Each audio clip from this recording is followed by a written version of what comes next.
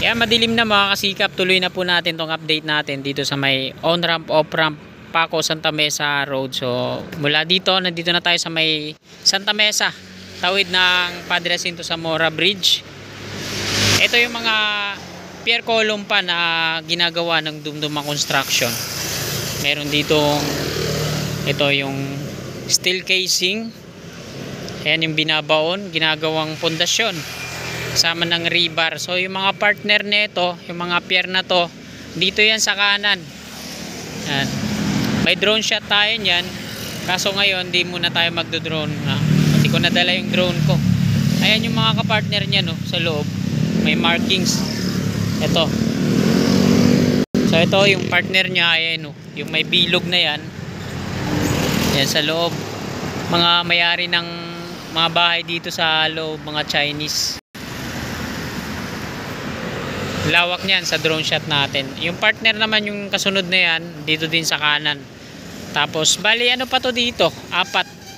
Yung mayroon pang rebar cage na hindi pa nakokongkreto, yun nandun sa unahan. Yan. Dito yan dati nagbabaraks yung Dumduma hanggang dun sa unahan bago sila lumipat dun sa kabila. Ito, dito din yung partner niyan. Ito yung partner na niya dito sa may yan sa loob. So dito pa naman yung iba nila nagbabaraks dito, yung gwardiya. Kasi hindi pa tapos tong ano nila dito. Ang gagawin sa mga pier na to kagaya yung nandun sa unahan, mga double decker. Ito madilim na dito. Ayan yung rebar pa, oh, di pa tapos makongketo. Bali 2-4. So apat to na magkakapartner. Yung dito sa kanan, yung apat na partner niya hindi pa nagagawa. Pero may mga equipment na sila na nakita sa drone shot natin dito sa kanan. Ito hindi pa nakokongkreto. Square din yung type ng pier niya, no. Yan. Kita natin na talagang lalaki ng mga rebar niya. Tapos ito naunang maging konkreto na.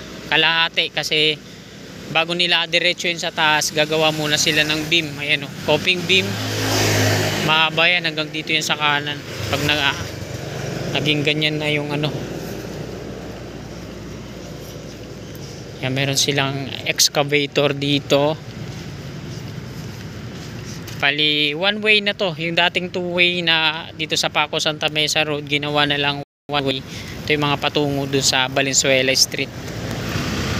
Bali, tapos na dito yung 5 pier column na double decker ito. Ginawa yan ng Dumduma Construction and Trading Corporation. Ayan, o, ganyan katibay yan at kaganda. Ang laki niya, no? Double decker yan. Tapos yung shoulder dito sa kanan, ayan yung on-ramp, off-ramp. Sa taas yung on-ramp patungong south. Ito naman sa baba yung off-ramp patungo dun sa Valenzuela Street pababa dun. Papakita ko sa inyo yan mga sikap. Meron silang excavator, long arm excavator na nandito.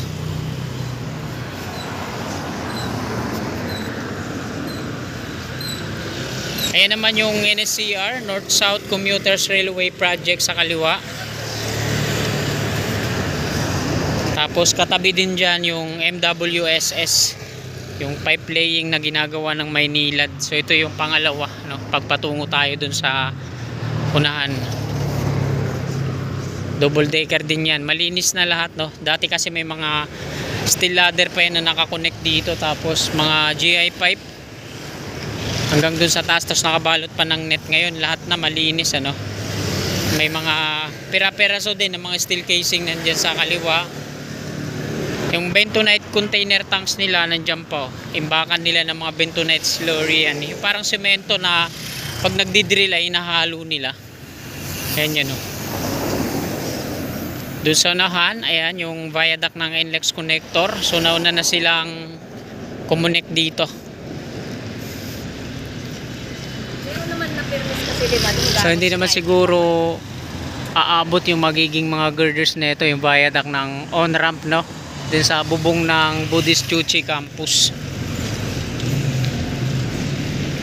Mabilis lang naman tapyasan yan pag konting bahagi lang naman ang bubong ng Buddhist Chuchi Campus yung tatapyasin in case na sumabit.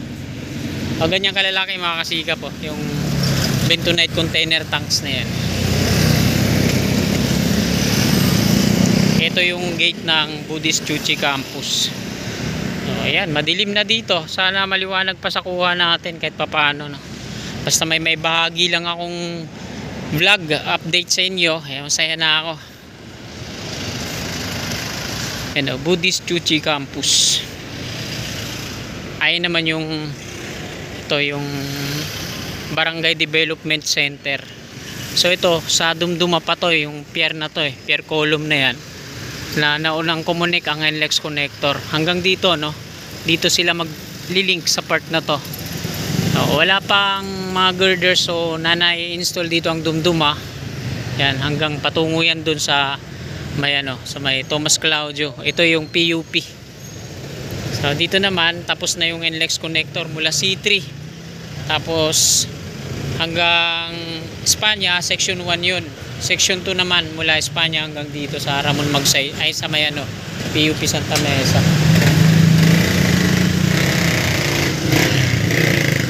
Ito yung shoulder sa taas, ito yung off-ramp sa baba. Ayan yung mga pier nya, hilera patungo dun. So merong 10 pier yan hanggang dun sa dulo.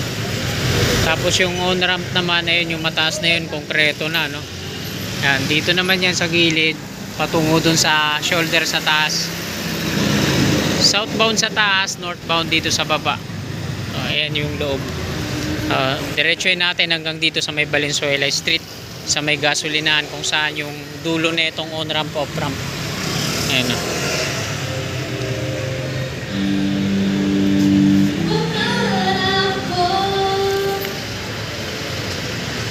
Ayan.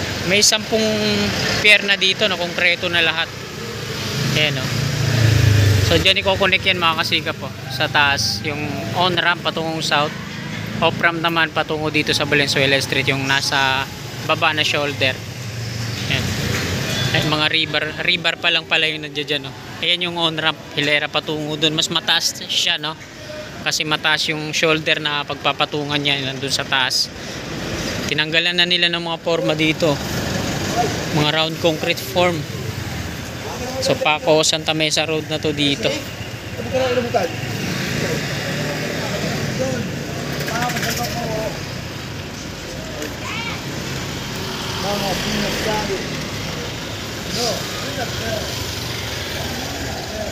Yan, tapos na rin nilang i-demolish yung kabayan dyan. So ito yung V Francisco, pero matatapyasan pa yan. Wala pa yung phase 2 na demolition patungo dun sa Teresa. Ito yung mataas na bahay na yan. Ito matraffic dito kasi minsan may mga kumakaunter, kaya naaantala, no? Yan, pababa na yan siya dito.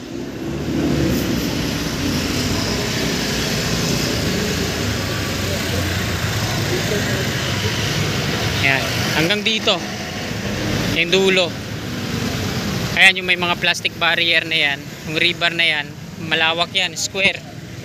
Ayan yung gagawin nilang abutment. Tapos dito yung pababa hanggang dun sa unahan, Old Santa Mesa Street na yun. Papatungan na lang nila ng mga macro geofoam, ng makakapal na styro. So hindi na sila gumagamit ng mga ng mga panambak, mga lupa para mabuo yung rampa pababa. Ginagamit nila ay mga macro geofoam na, no?